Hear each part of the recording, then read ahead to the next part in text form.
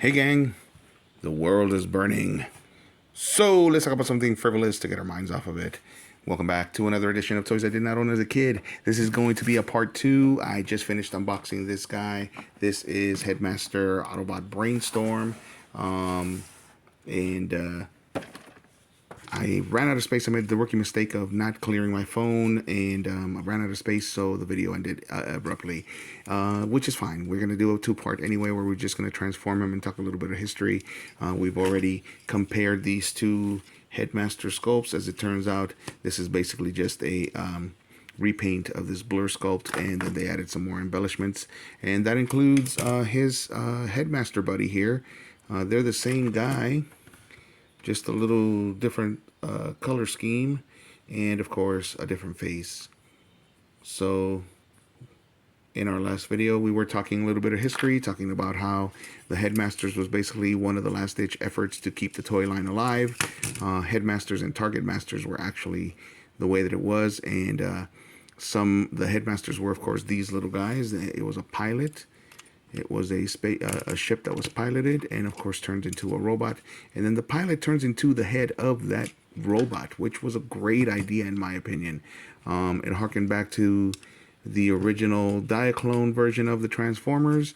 For anybody who knows any Transformer history, they know that what we know as the Transformers came from mostly two toy lines. One was the Diaclone, in which they had little pilots and piloted the vehicles and the mecha that the vehicles turned into. They were not sentient beings until that story was developed here in the United States, first through the comics and then through the animated series.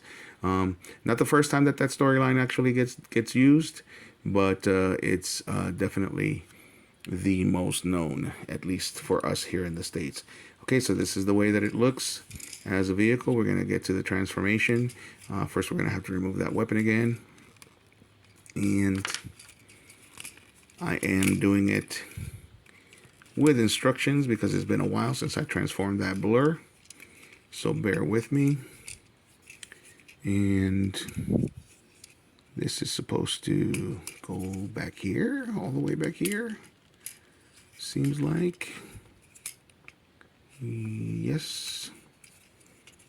And it seems like it maybe won't be that hard, but this is also supposed to get removed. There we go. That becomes a little vehicle, believe it or not. Comes with that right there. And then this gets put on there. And then our little Headmaster buddy rides the vehicle. It's interesting. Maybe I'm doing something wrong.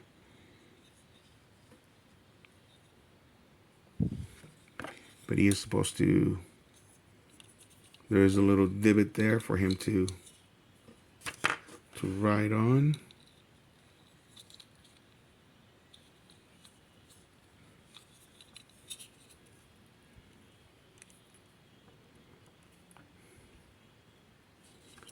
The gun is supposed to go last.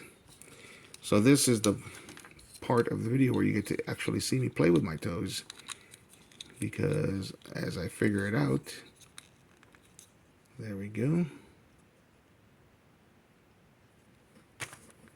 And then we put the weapon,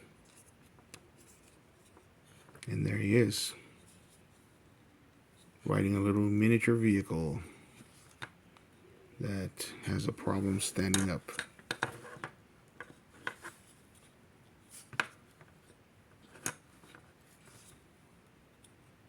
Very interesting. The blur one doesn't, there we go.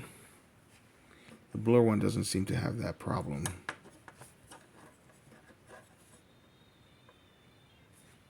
All right, in the meantime, let's transform the rest of the body here.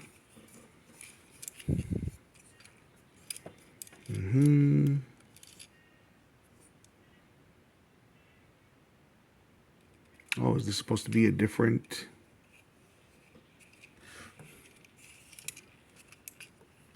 kind of vehicle now?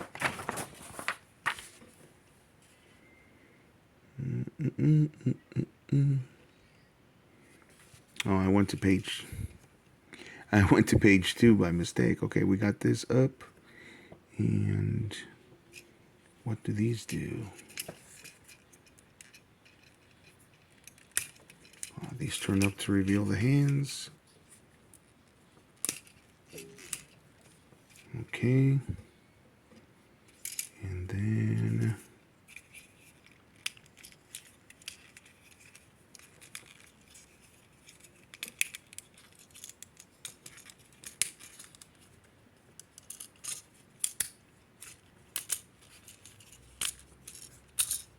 I actually like this piece of engineering that they came up with. They came up with this piece of engineering right here where the legs open to unfold for the 2016 line. I believe it was for the Titan's Return. And then they close. But was this supposed to get put away? Yes, it was. So then this fin goes in there.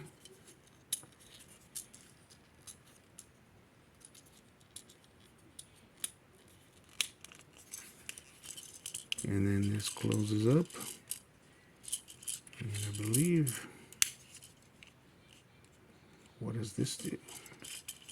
Because he's already starting to take shape. My question is, what about this portion? I feel like I'm missing something.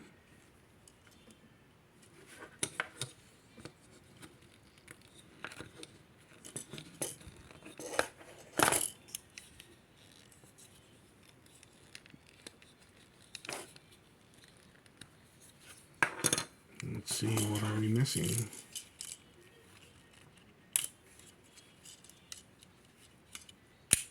There it is. This is actually pretty cool because it looks like we might still be able to fit another Headmaster in there. We're going to test that theory out in a second. And then we take our little Headmaster. There we have our body. Hopefully I did all that in view of the camera.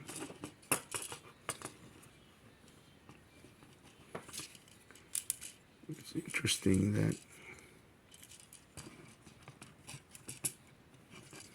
But no, this is the way he's supposed to look. Alright. You can give him back his weapon here.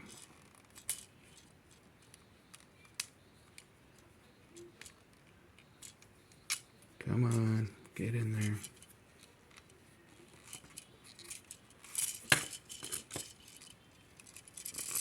There it is. And this also becomes a weapon. Slash shield. Right here.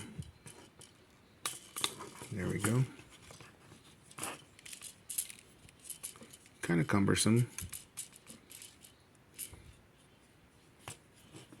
But still pretty cool.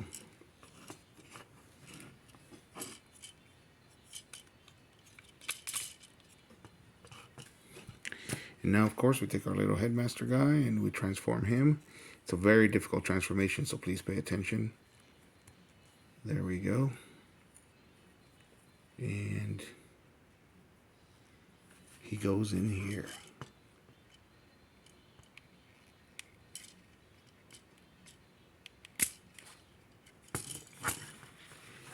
And there he is. How about Brainstorm? Pretty cool. In my opinion, pretty cool.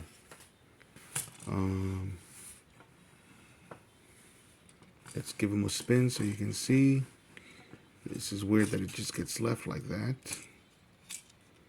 But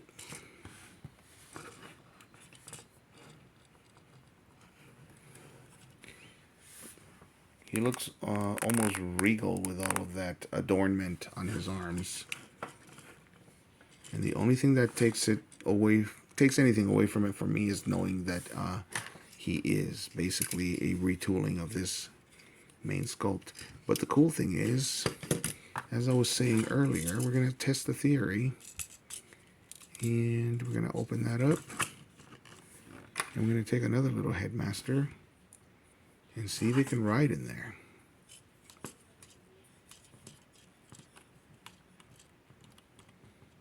And it looks like it's not going to be able, I'm not going to be able to do it, but let's see. Nope, he's just a little too big.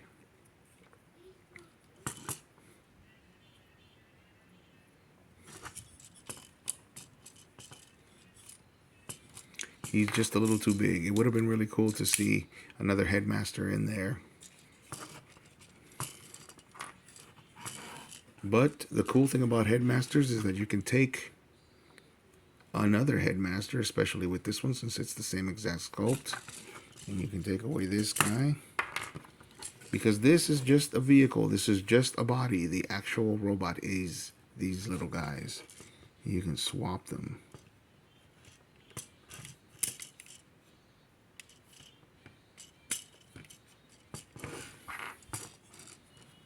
There we go. In fact, I have another couple of little guys here. Here's a Decepticon. This is from the Titans Return line. This is from the Titans Return Headmasters line. And if we take this little guy,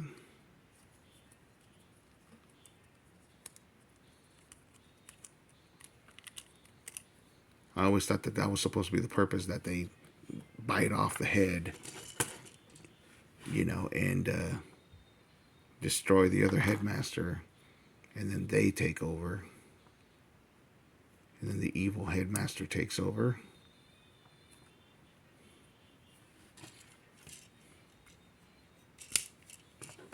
There we go.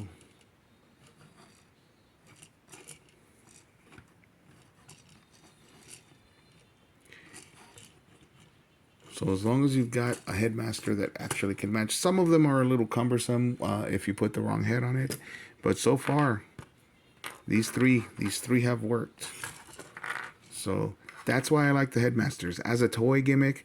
It was awesome. It was awesome back then, and it's awesome now. I didn't own any as a kid because by the time that the Headmasters came out, I was already in my teens. I was 13 years old, and you know, you take yourself a little too seriously. You start to think that you're too old for toys, and so you go through that phase of kind of not getting them, even though you think they're awesome, even though you think they're cool. Headmasters and Target Masters. Target Masters, not so much, but Headmasters, in my opinion, were a great idea. And so there he is. Well, let me know what you guys think. The video has gotten long. I was having too much fun. I didn't notice. So let me know what you guys think. We talked a little bit of history. Let me know what you guys think of this figure. Let me know what you guys think of the Headmasters gimmick. Did you ever own any from the G1 line, the G2 line? Do you own any now? What do you think of them? What did you think of the storyline? What did you, I know that there are some people out there that say that was the final nail on the coffin, but I thought it was a great gimmick. I thought it was a great idea for the toys, and maybe even a little bit ahead of its time. And I definitely love these guys because, of course, now they're more articulated, so they can do some more cool poses than they could back then. There is lots of articulation here. So, again, sorry the video is getting long, so let me know what you guys think in the comments. Hit a like if you like the video, and subscribe if you like the content. Thanks for watching, gang.